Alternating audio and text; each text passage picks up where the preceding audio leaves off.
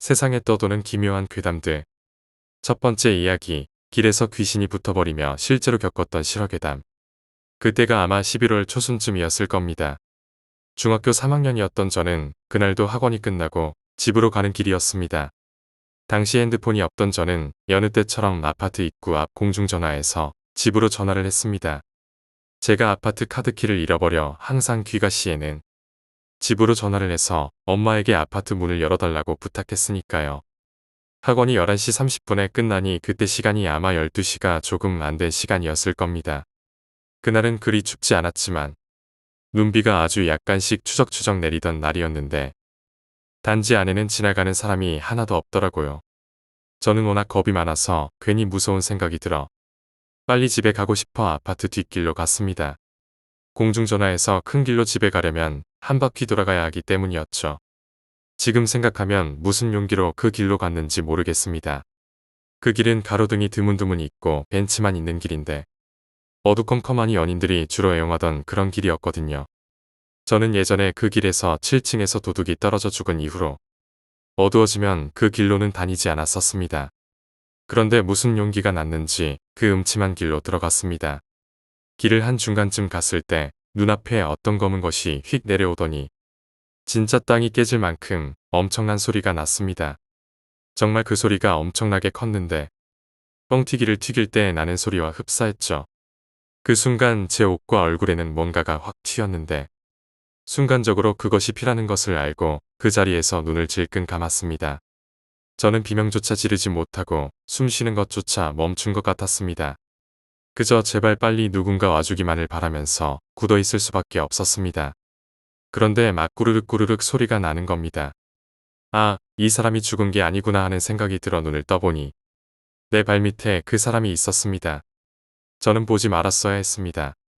그냥 눈을 감은 채로 누군가 올 때까지 기다려야 했습니다. 떨어진 사람을 눈앞에서 본 사람은 아실 텐데 정말 사람이 그렇게 되더군요. 끔찍하지만 설명을 하자면 머리 반쪽이 뭉개져서 없었습니다. 뭉개진 건지 어떤 건지 알아볼 수도 없었지만요. 피에 젖은 긴 머리가 얼굴을 뒤덮고 있었고 몸은 이상하게 뒤틀려 있었습니다. 입에서는 꾸르륵 거리며 피를 토했습니다. 아니, 피가 쏟아졌다는 게 맞는 표현이겠군요. 죽은 사람이 왜 피를 토하는지는 모르겠지만 계속해서 검붉은 피가 뭉글뭉글 쏟아졌습니다. 그제야 제 입이 떨어졌고 저는 정말 미친 듯이 소리를 질렀습니다. 차라리 기절이라도 했으면 좋겠는데 그것도 마음대로 안 되더군요. 그때서야 경비 아저씨 2명이 달려왔고 전 그 순간 정신을 잃었습니다. 눈을 떠보니 저는 제 방 침대에 누워 있었고 그냥 또렷이 드는 생각은 앞으로 어떻게 견딜까라는 생각뿐이었습니다. 저는 원래 귀가 약해서인지 평소에도 가위에 잘 울리고 환청 같은 것도 잘 듣는 편이었는데 이제 엄청 시달리겠군이라는 생각이 그 와중에도 계속 들었습니다. 뜬 눈으로 밤을 새우고 다음날 학교에 가니 애들이 그 얘기를 하더군요. 너네 앞동에서 사람이 떨어져 죽었다며. 저는 그냥 그래, 그런가 봐 하고 말았습니다.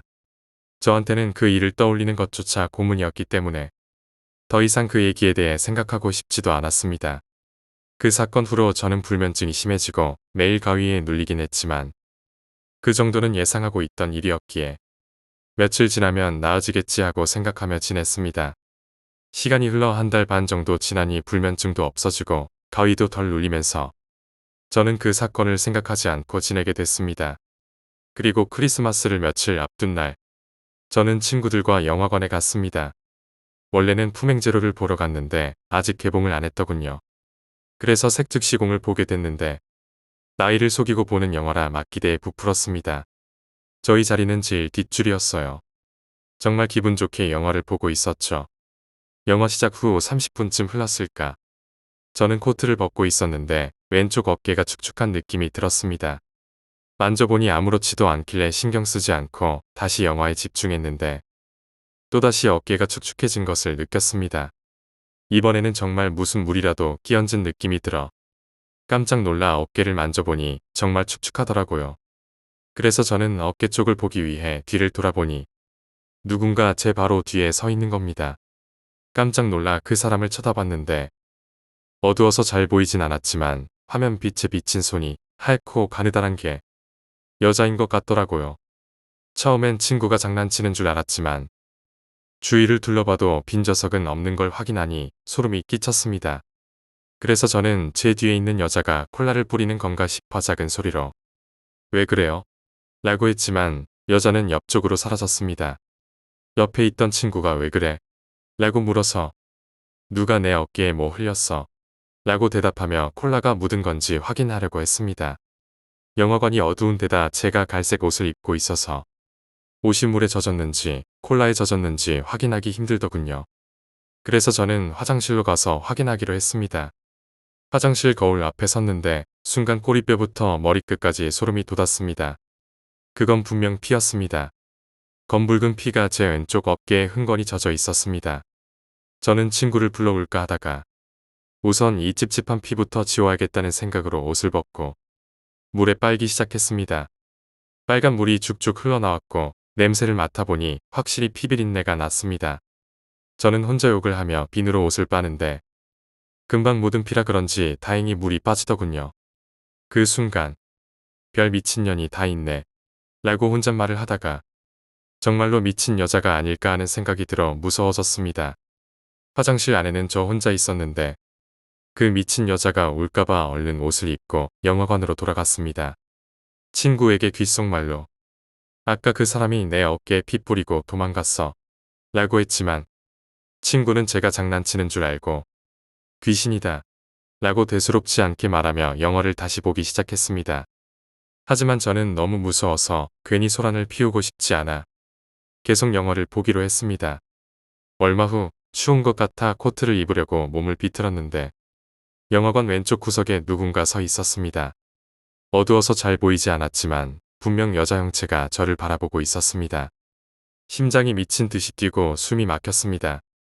다시 한번 돌아봤지만 그 여자는 여전히 그 자리에 서서 저를 응시하고 있었습니다.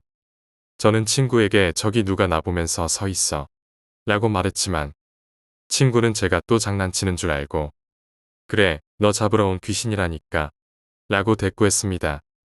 저는 울먹이며 말하자 그제야 친구가 뭔가 이상한 걸 느끼고 그쪽을 바라보았습니다. 친구는 흠칫 놀라며 "누군데 저러고 있어? 자리 없는 사람 아니야?" 저는 영화 보러 온 사람이 왜 이쪽을 보고 있냐고 말하며 너무 무서워서 나가자고 했습니다. 결국 친구와 함께 다른 친구들에게 "우린 밖에서 기다릴게 라고 말하며 영화관을 나왔습니다. 영화관 밖에서 저는 친구에게 방금 있었던 일을 이야기했습니다. 그러자 친구가 "그거 그냥 콜라 아니야? 변태 사이코 같은데 왜 피를 뿌리냐?" 라며 믿지 않았습니다. 그래서 코트를 벗어서 피 묻은 얼룩을 보여줬더니 그제야 친구가 믿었습니다. "이따가 영화 끝나고 나올 때 얼굴 한번 보자." 그렇게 말하며 영화가 끝나길 기다렸습니다. 드디어 영화가 끝나고 다시 안으로 들어갔지만 그 여자는 없었습니다. 그래서 친구들에게 "아까 우리 자리에 누가 앉았어?" 라고 물었더니 "응, 앉았어" 라는 대답이 돌아왔습니다. 저는 그 말을 듣고 귀신에 홀린 듯한 기분이 들어 친구들에게 몸이 안 좋다며 혼자 집으로 돌아왔습니다. 그날 저는 집에 와서 거실에 누워 있다가 동생에게 저녁 먹으라고 말하며 동생 옆에 앉았습니다. 동생이 컴퓨터를 끄고 저도 밥을 먹으러 나가려던 순간 까만 모니터 화면에 누군가 제 어깨에 머리를 기대고 있는 모습이 비쳤습니다. 깜짝 놀라 반사적으로 돌아봤지만 아무도 없었습니다. 저는 너무 놀라 방에서 뛰쳐나와 엄마에게 울면서 이야기를 했습니다. 하지만 엄마는 "내가 마음이 약해서 헛것을 본 거야. 사람 죽는 걸 봐서 더 그런 거야." 라며 대수롭지 않게 여겼습니다. 동생도 "난 귀신 같은 거 못 봤다. 내가 괜히 쉬워하는 거 아니야?" 라고 말하며 믿어주지 않았습니다. 정말 미칠 것 같았죠. 밥도 넘어가지 않고 거실에 가만히 앉아 있다가 생각을 정리해봤습니다. 가위 눌릴 때도 그렇잖아요. 뭐가 나타날 것 같다고 생각하면 진짜 나타나는 느낌. 그건 사실 자신이 만들어낸 환영일 뿐이잖아요. 그래서 저도 이렇게 생각했죠. 내가 귀신이라고 생각해서 그런 거야. 내가 헛것을 본 거야. 아까 그 여자도 그냥 이상한 사람이었을 뿐이야. 스스로를 위로하며 애써 마음을 다잡았습니다. 평소엔 무서워서 방문을 열어두고 잤지만 그날만큼은 방문을 닫았습니다. 방문을 닫고 침대에 누워 자는 척을 했지만 잠이 올 리가 없었습니다. 얼마나 시간이 흘렀을까요? 어디선가 꾸르륵 꾸르륵 하는 소리가 들렸습니다. 그 소리는 낯설지 않았습니다. 온몸에 소름이 돋고 심장이 터질 듯 뛰었습니다. 그래, 이건 환청이야. 내가 만든 환영이고 환청이야. 눈을 떠도 아무것도 없을 거야. 그렇게 생각하며 눈을 떴습니다. 그리고 저는 똑똑히 봤습니다. 그 여자가 입에서 피를 꾸르륵 꾸르륵 쏟으며 저를 노려보고 있었습니다. 뭉개진 얼굴, 긴 머리, 타이트한 청바지. 분명히 그 여자였습니다. 어두워서 눈동자는 잘 보이지 않았지만 분명 저를 응시하고 있었습니다. 저는 그 순간 정신을 잃었던 것 같습니다. 한참 후 알람 소리에 깨어났는데 그 여자는 사라져 있었습니다. 하지만 그날 이후로 그 여자는 밤낮을 가리지 않고 제 앞에 나타났습니다. 저는 이유도 모른 채 그녀에게 시달리며 보름 동안 8kg이나 빠졌습니다. 정말 사는 게 아니었습니다. 24시간 내내 죽고 싶다는 생각만 들었고 5일째 되던 날에는 학교도 가지 못하고 알아 누웠습니다. 다행히 방학이 다가왔지만 저는 신경치료를 받고 구슬하는 등 할 수 있는 모든 걸 해봤습니다. 그러나 그녀는 저를 조롱하듯 점점 더 기괴한 모습으로 나타났습니다. 저만 그녀를 본 게 아니었습니다. 주로 제가 혼자 있을 때 나타났지만 때로는 다른 사람들과 함께 있을 때도 나타났습니다. 일부 사람들은 그녀를 보았고 일부는 보지 못했습니다. 그녀의 가족은 자살 사건 후 바로 이사를 갔기 때문에 그들의 행방도 알 수 없었습니다. 저는 정말 이러다 죽겠구나 싶어 나중에는 그녀에게 제발 살려달라고 빌기까지 했습니다. 용하다는 무당을 찾아가도 효과는 일시적일 뿐이었고 그녀는 다시 나타났습니다. 저는 그녀를 달래보기도 하고 울며 애원도 해보고 대화도 시도해봤습니다. 정말 별짓을 다 해봤지만 그녀는 저를 조롱하듯 저를 괴롭혔습니다. 아니, 제가 괴로워하는 모습을 즐기는 듯 가끔은 입가에 미소까지 띄우며 나타났습니다.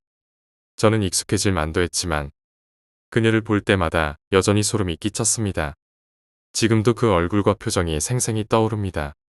이 글을 쓰는 지금도 정말 당장이라도 나타날 것만 같아 두려운 기분이 듭니다. 그렇게 속수무책으로 그녀에게 시달린 지 보름쯤 되던 날 학교 국사 선생님께서 저희 집으로 전화를 하셨습니다. 선생님은 용한 무당을 알고 있으니 한번 만나보라는 것이었습니다. 그 선생님은 미신이나 영적 존재를 많이 믿는 분이셨는데 이번엔 정말 해결될 것 같다는 희망이 생겼습니다. 그래서 엄마와 함께 그 무당을 찾아갔습니다. 하지만 그 무당은 예약이 필요하다며 3일 뒤에 오라고 했습니다. 저희 엄마와 이모는 애가 지금 죽어가게 생겼는데 제발 좀 도와달라고 간청했습니다. 저 역시 울며 불며 매달리자 결국 그날 저를 봐주겠다고 했습니다. 무당은 제가 들어가자마자 저를 보며 혀를 찼습니다. 그러더니 그러게 자살한 년 몸을 왜 건드려? 라고 말했습니다. 저는 너무 놀라 울면서 물었습니다. 네? 그 여자가 그래요. 내가 몸 건드렸다고 그래요. 저 정말 손도 안 댔어요. 안 건드렸다고 좀 말해주세요. 네? 그건 나중에 엄마를 통해 들은 이야기였지만 제가 정신을 잃었을 때 그녀의 몸 위로 쓰러졌었다고 합니다. 엄마는 그 얘기를 경비 아저씨에게 들으셨다고 하더군요. 단지 그것 때문이었다니 정말 어이가 없었습니다. 그러나 무당은 말했습니다. 자살한 귀신은 악질이야. 한 번 걸리면 절대 그냥 안 놔줘. 그러더니 덧붙였습니다. 원래 초상집도 자살한 사람 초상집은 가는 게 아니야. 지가 죽어놓고도 한이 많아. 저녀는 아주 내 안에 들어가려고 작정을 한 년이야. 저는 눈물로 호소하며 물었습니다. 그럼 저 어떻게 해야 해요? 무당은 말했습니다. 어쩌긴 뭘 어째 달래서 보내야지. 저는 눈에 아주 도끼가 서린 게 보통 년이 아니야. 그렇게 해서 저는 두 번째 굿을 받았습니다. 그럼에도 한동안 후유증에 시달렸습니다. 작은 소리에도 깜짝깜짝 놀라고 혼자 있는 것을 견딜 수 없었습니다. 그녀는 언제 어디서든 나타났습니다. 낮이든 밤이든 내가 있는 곳이라면 어디서든 나를 노려보는 그녀의 모습이 눈앞에 보였습니다. 그녀는 항상 피투성이었고 뭉개진 얼굴로 날 응시하며 입에서 끊임없이 피를 쏟아냈습니다. 그 소리도 변하지 않았습니다. 꾸르륵 꾸르륵. 내가 공부를 하려 책상에 앉으면 책상 맞은편 의자에 그녀가 앉아 나를 바라봤습니다. 불을 켜놓아도 사라지지 않았고 부모님이 옆에 있어도 그녀는 눈앞에 있었습니다. 하지만 부모님은 그녀를 보지 못했습니다. 오직 나만 그녀를 볼 수 있었습니다. 그녀는 점점 나를 더 괴롭혔습니다. 거울을 보면 그녀가 거기 있었습니다. 샤워를 하려고 욕실 문을 열면 거울 너머에서 피투성이의 얼굴이 보였습니다. 한 번은 내가 식탁에 앉아 있을 때 눈앞에 있는 밥그릇 안에서 그녀의 얼굴이 떠오르기도 했습니다. 그날 나는 밥을 먹지 못하고 방으로 들어가 문을 잠갔습니다. 그러나 문을 잠가도 소용이 없었습니다. 그녀는 언제나 방 안에 있었습니다. 심지어 침대 밑에서 느릿느릿 기어나와 침대 끝에 앉아 나를 내려다봤습니다. 그녀는 말을 하지 않았습니다. 그저 피를 흘리며 날 노려보았고 그녀의 시선에서 나는 도망칠 수 없었습니다. 그렇게 며칠 동안 나는 잠들지 못했습니다. 눈을 감으면 그녀의 모습이 더 선명하게 떠올랐고 꿈속에서도 그녀가 나타났습니다. 꿈에서 나는 도망치려 했지만 어딜 가든 그녀가 먼저 기다리고 있었습니다. 길거리 한복판, 학교, 버스 안, 모든 곳에서 그녀는 내가 오는 것을 기다렸습니다. 나는 점점 더 말라갔고 몸은 피곤해져만 갔지만 잠을 잘 수 없었습니다. 그러던 어느 날 나는 이상한 소리를 들었습니다. 그녀가 처음 내게 나타났을 때 들렸던 소리. 꾸르륵 꾸르륵. 방 한쪽 구석에서 나는 그 소리에 고개를 돌리자 어두운 구석에서 그녀가 천천히 기어 나왔습니다. 그녀는 머리카락이 젖은 채 바닥을 긁으며 나를 향해 다가왔습니다. 나는 침대에서 움직이지 못한 채 그녀를 쳐다봤습니다. 그녀는 바로 내 코앞까지 다가와 멈췄습니다. 그녀의 얼굴은 뭉개져 있었고 얼굴 곳곳에서 피가 흘렀습니다. 그녀의 눈은 보이지 않았지만 그 시선이 나를 꿰뚫고 있었습니다. 그날 나는 완전히 미쳐버릴 것 같았습니다. 소리 지르고 싶었지만 목소리가 나오지 않았습니다. 움직이고 싶었지만 몸이 굳어버렸습니다. 그녀가 천천히 손을 들어 내 얼굴을 만지려 하자 나는 정신을 잃었습니다. 눈을 뜨니 부모님이 나를 흔들어 깨우고 있었습니다.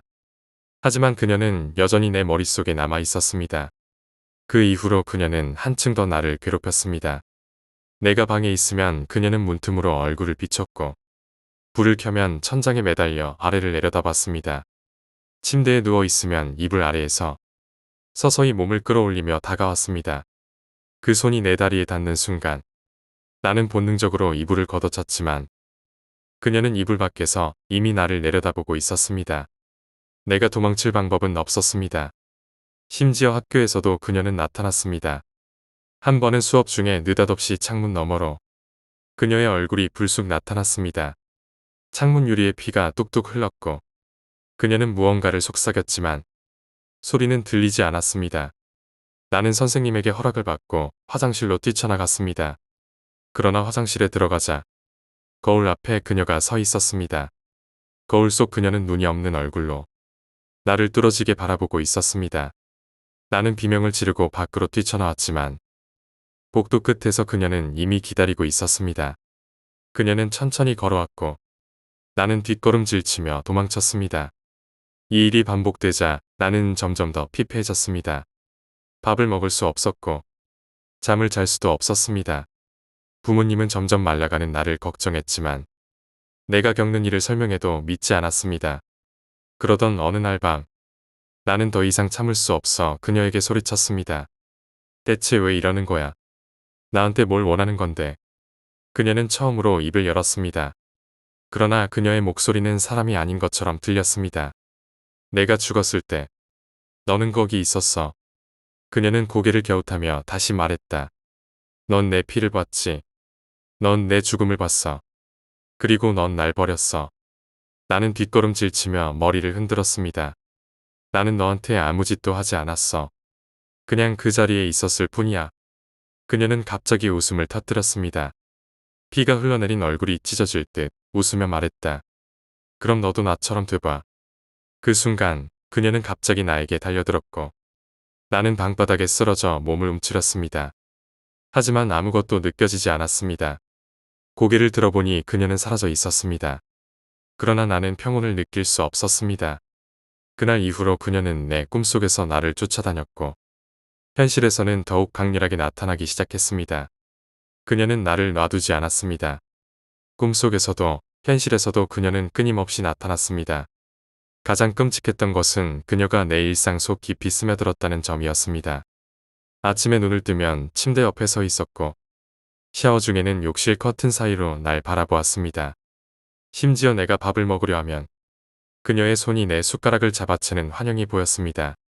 한 번은 책상에서 공부를 하고 있을 때였습니다. 책장을 넘기는 순간 종이 위에 피가 묻어났습니다. 제 귀에는 분명 아무것도 없었지만 어디선가 피비린내가 강하게 풍겨왔습니다. 고개를 들자 그녀가 책장 너머에서 나를 보고 있었습니다. 그녀는 여전히 뭉개진 얼굴로 미소를 지으며 속삭였습니다. 넌 내 것이야. 나는 펜을 떨어뜨리고 뒤로 물러났지만 그녀는 책상 위로 기어나와 내 얼굴 바로 앞까지 다가왔습니다. 그녀의 얼굴은 더 이상 사람이 아니었습니다. 뭉개지고 갈라진 살점 사이로 피가 흘러내렸고 그녀의 눈이 있어야 할 자리에는 검은 구멍이 뚫려 있었습니다. 나는 방에서 뛰쳐나갔지만 문을 열고 나온 복도에도 그녀가 서 있었습니다.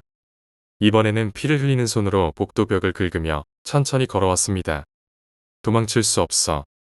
그녀의 목소리가 귀에 박혔습니다.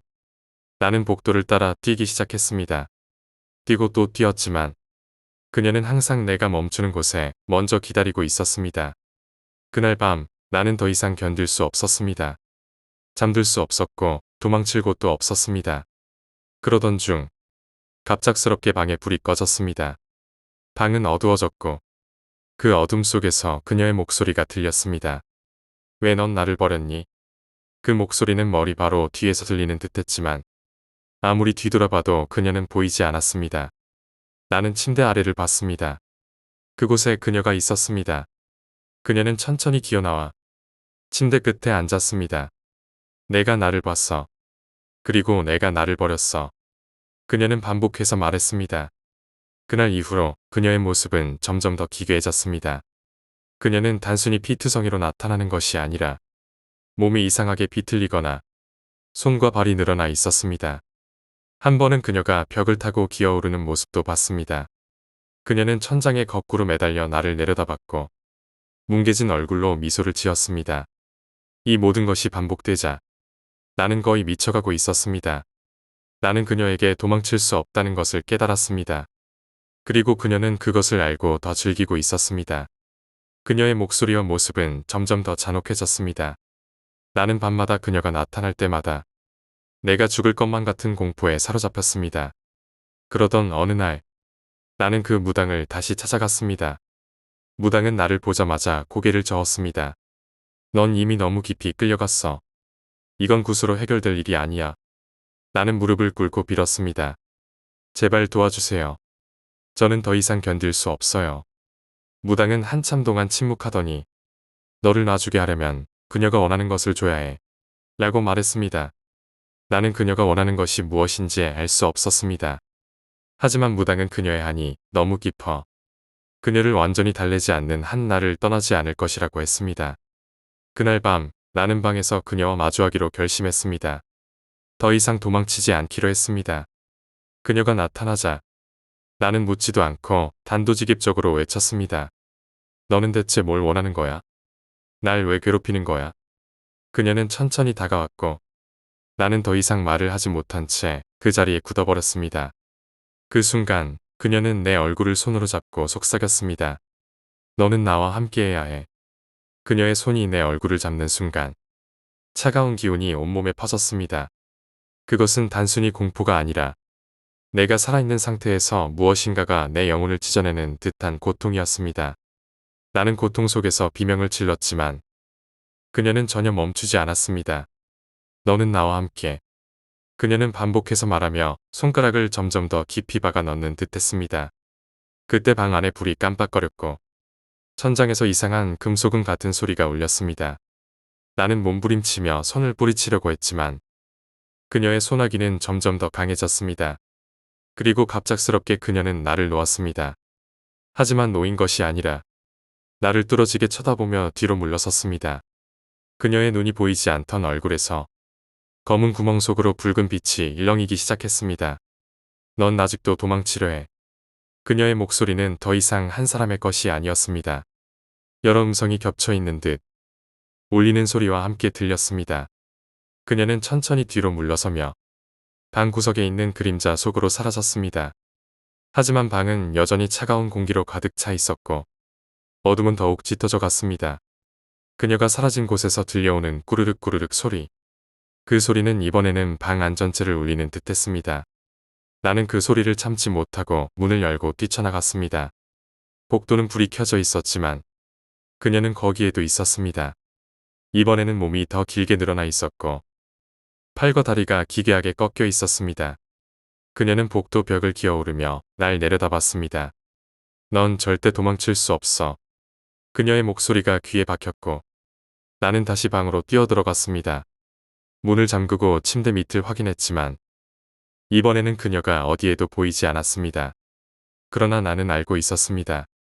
그녀는 여전히 나를 보고 있다는 것을. 그 이후로 나는 집에 있을 수 없었습니다. 밖으로 나가도 그녀는 따라왔고 심지어 사람들로 가득 찬 장소에서도 그녀는 나타났습니다.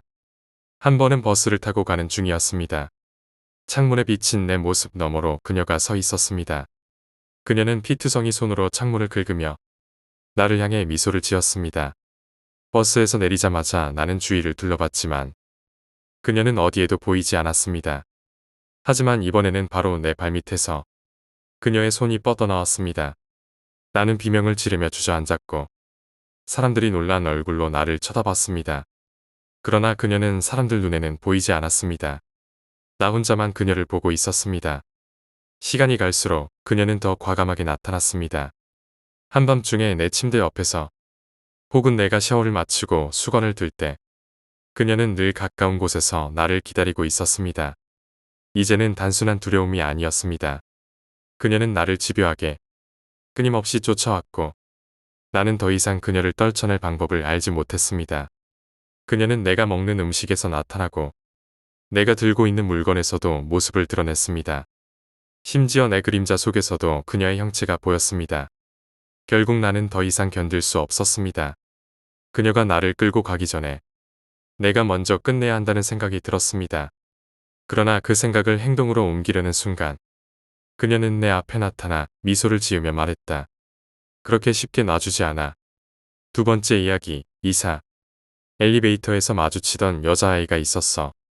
근처 고등학교 교복을 입고 있었는데 겨울까지는 중학교 교복을 입고 다니더니 봄이 되면서 바뀌더라.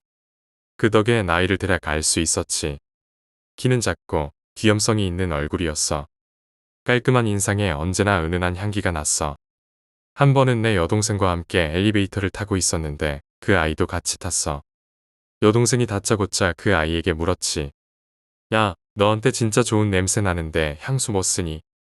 난 그냥 로션 냄새겠거니 했는데 같은 여자라 그런지 여동생은 단번에 향수란 걸 알아챘더라고. 그 아이는 대답을 못하고 당황한 듯 하다가 5층에서 내렸고 우린 8층까지 올라갔어. 여동생은 엘리베이터에서 내리자마자 어린애가 벌써 향수를 쓰느라며 싫은 소리를 했어. 그런데 난 그 아이가 귀엽게 느껴졌어. 한 번은 엘리베이터 앞에서 그 아이가 꽃잎을 하나씩 떼면서 그렇다 아니다를 점치는 모습을 본 적이 있어. 점괘가 어떻게 나왔는지는 모르지만 그깟 꽃잎점으로 자기 미래를 예측할 수는 없었겠지. 이 아이가 얼마 후 죽어버렸거든. 꼭대기층에 올라가 투신했다더라. 내가 집에 들어오기 2시간 전 일이었다는데 현장은 물청소라도 한 듯 흔적 하나 없이 감쪽같이 깨끗했어. 아파트 한쪽이 젖어 있었지만 그게 그 아이와 관련이 있는지도 잘 모르겠어. 심지어 신문기사 한 줄도 안 나오더라고. 이런 일이 흔한 건지 그냥 무시되는 건지 모르겠어. 소문으로는 집에서 공부를 너무 강요받아 스트레스를 많이 받았다고 해. 게다가 좋아하던 학원 오빠라는 사람이 그 아이의 마음을 이용했다는 얘기도 들었어. 좋아하던 오빠라. 그 아이가 향수를 뿌리고 꽃잎점을 본 것도 그런 이유였나 싶어서 좀 안타깝더라. 그래서 그 아이가 뛰어내렸다는 13층 복도에 올라가 본 적이 있어. 그런데 정말 이상하게도 복도에서 그 아이의 향이 났어. 아닐 거야 라고 생각했지만 너무 오싹해서 엘리베이터를 기다리지도 못하고 비상계단으로 허겁지겁 내려왔어. 그때 멈췄어야 했는데 며칠 뒤 호기심에 또 올라가 봤어. 이번엔 한참을 서성거렸는데도 아무 냄새가 나지 않더라고. 내가 착각했나 싶어서 마음이 놓였지. 엘리베이터를 탔는데 10층쯤 되니까 갑자기 그 냄새가 확 났어. 마치 그 아이가 내 옆에 있는 것처럼 익숙한 감각이었어. 너무 무서워서 엘리베이터에서 내리자마자 단거리 주자처럼 집까지 뛰었어. 그런데 현관 앞에서 또 그 냄새가 확 나는 거야. 그때 가장 무서웠던 건 이거 내 방까지 따라오면 어떡하지? 자살기는 정말 악독하다는데 나한테 붙으면 어떡하지? 라는 생각이었어. 그 향기를 그 아이의 존재로 인식하게 된 거지. 혼자 집에 있으니 더 무서웠어. 음악을 크게 틀어놓고 이불을 뒤집어 쓰고 떨다가 또 그 냄새가 날까봐 부엌에서 먹지도 않을 부침개를 부쳤어. 기름 냄새로 그 향기를 덮으려고 한 거야. 그 뒤로는 절대 13층에 가지 않았고 곧 이사를 했어. 이사 간 집에서는 한동안 평화로운 날들이 이어졌어. 하지만 몇 달 지나지 않아 이상한 일들이 다시 벌어지기 시작했어. 새 아파트는 20층짜리 고층 건물이었고 우리는 12층에 살았어. 어느 날 밤 엘리베이터를 타고 집으로 올라가는 중이었어. 그런데 갑자기 엘리베이터가 14층에서 멈추더니 문이 열렸어. 그 층은 불이 꺼져 있어서 아무도 없는 것처럼 보였어. 그런데 뭔가 느낌이 이상했어. 문이 닫힐 때까지 몇 초 동안 숨이 막히는 것 같았어. 그 순간 엘리베이터 안에 희미한 향기가 퍼지는 거야. 너무 익숙한 향기였어. 나는 온몸에 소름이 돋았지만 애써 착각이라며 넘겼어. 하지만 그 일이 반복되면서 점점 더 불안해지기 시작했어. 며칠 뒤 혼자 집에 있었는데 갑자기 초인종이 울렸어. 모니터를 봤지만 아무도 없었어. 혹시 장난인가 싶어 무시했는데 몇 분 뒤 또 울리는 거야. 문을 열어봐도 복도에는 아무도 없었어.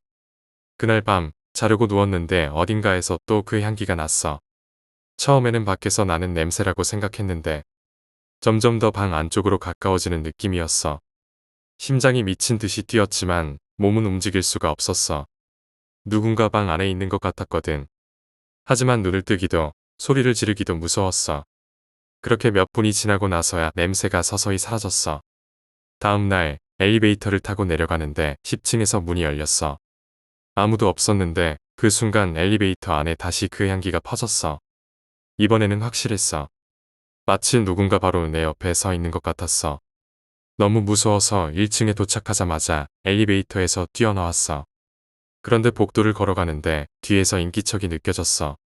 돌아보니 아무도 없었지만 발소리 같은 게 들렸어. 그 발소리는 내가 움직일 때마다 따라왔어.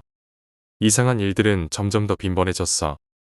특히 새벽 시간에 집에서 혼자 있을 때 갑자기 방 안에 그 향기가 차오르는 일이 많았어. 그 냄새가 날 때마다 내 온몸이 얼어붙었고 누군가 내 뒤를 보고 있는 것 같은 느낌이 들었어. 문제는 이런 일이 매일 반복되었다는 거야.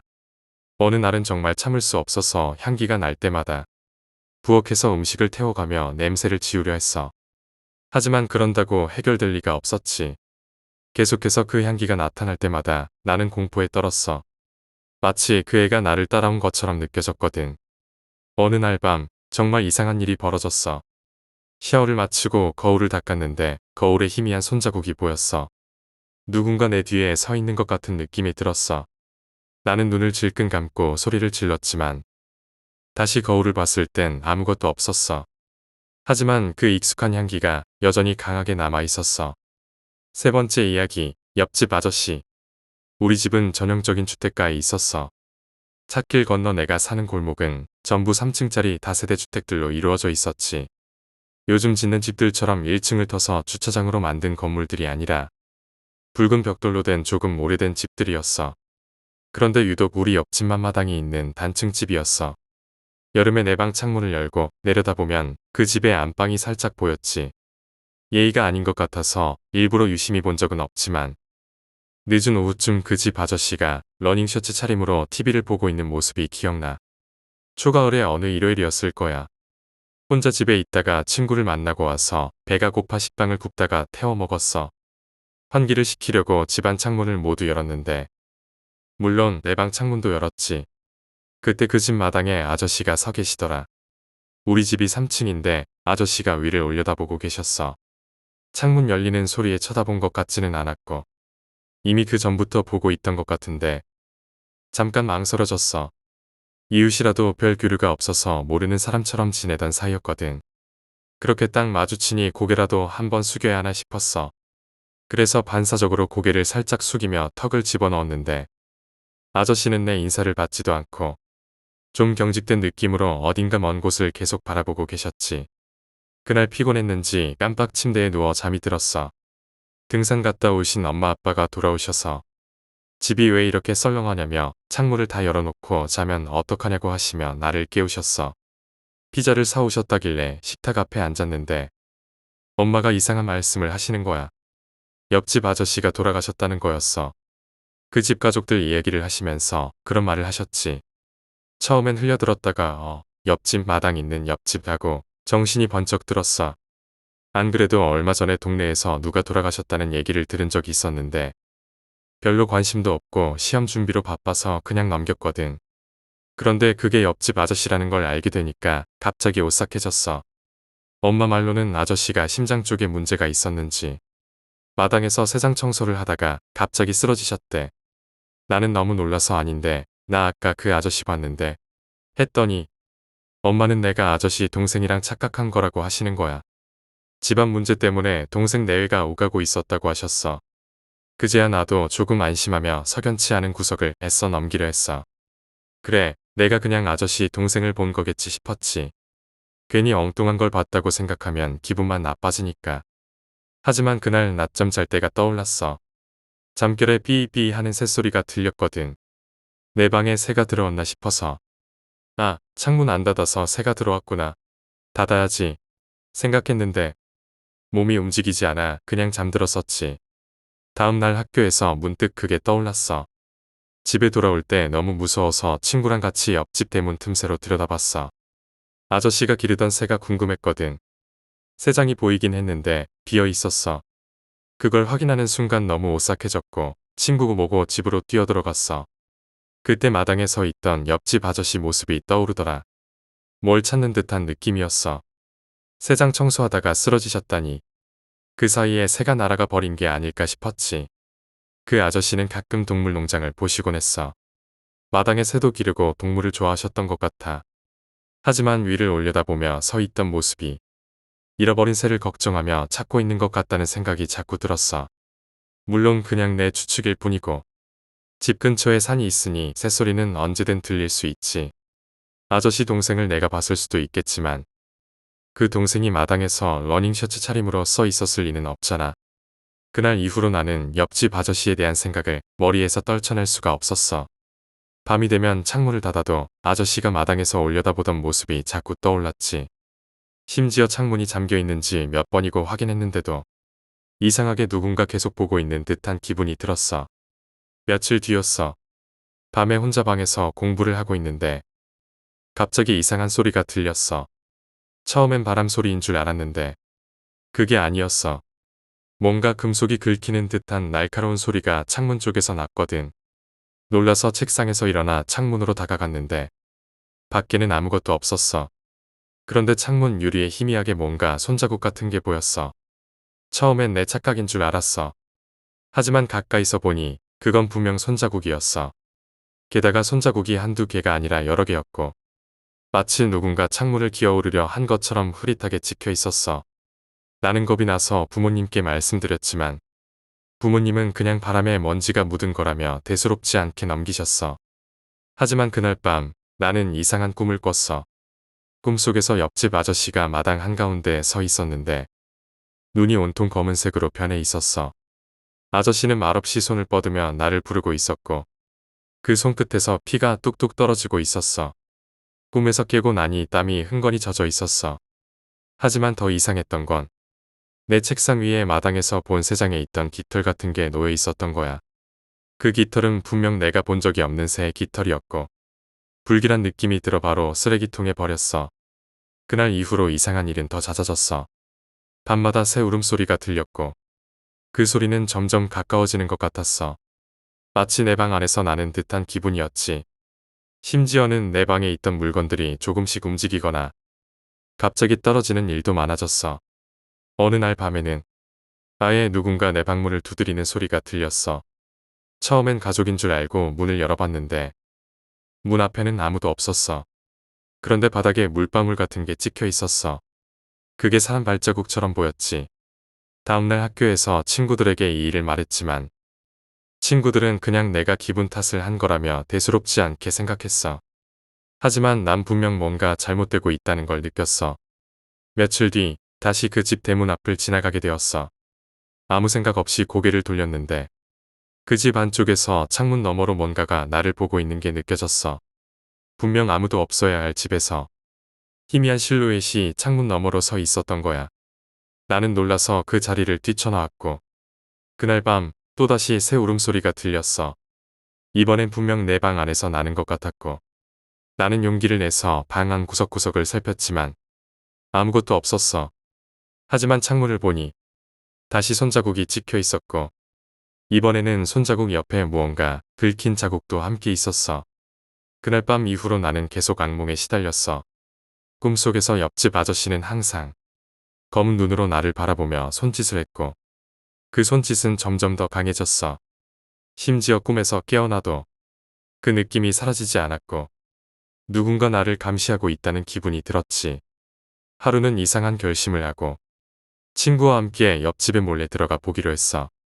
그 집은 이미 빈 집이라서 문을 열고 들어가는데 큰 어려움은 없었어. 집 안은 온통 먼지투성이었고 벽에는 오래된 사진과 함께 낡은 가구들이 놓여 있었어. 그런데 이상한 건 마당 한가운데 있던 세 장이 없어진 거야. 그리고 갑자기 어디선가 삐삐 하는 소리가 들리더니 친구가 비명을 지르며 나를 붙잡았어. 친구의 말로는 방 한 구석에 무언가가 서 있었다는 거야. 나는 겁에 질려 집 밖으로 도망쳤고 그 뒤로는 절대 그 집 근처에 가지 않았어. 하지만 그날 이후로도 밤마다 이상한 소리가 끊이지 않았고 나는 결국 내 방에서 자는 게 너무 무서워 거실에서 자는 날이 늘었어. 하지만 이상하게도 그 소리는 여전히 나를 따라다니는 것 같았어. 어느 날 밤에는 거실에서 자고 있는데 갑자기 누군가 내 귀에 대고 낮게 속삭이는 소리가 들렸어. 그리고 그 순간 옆집 아저씨의 얼굴이 눈앞에 스쳐 지나가는 듯한 착각이 들었어.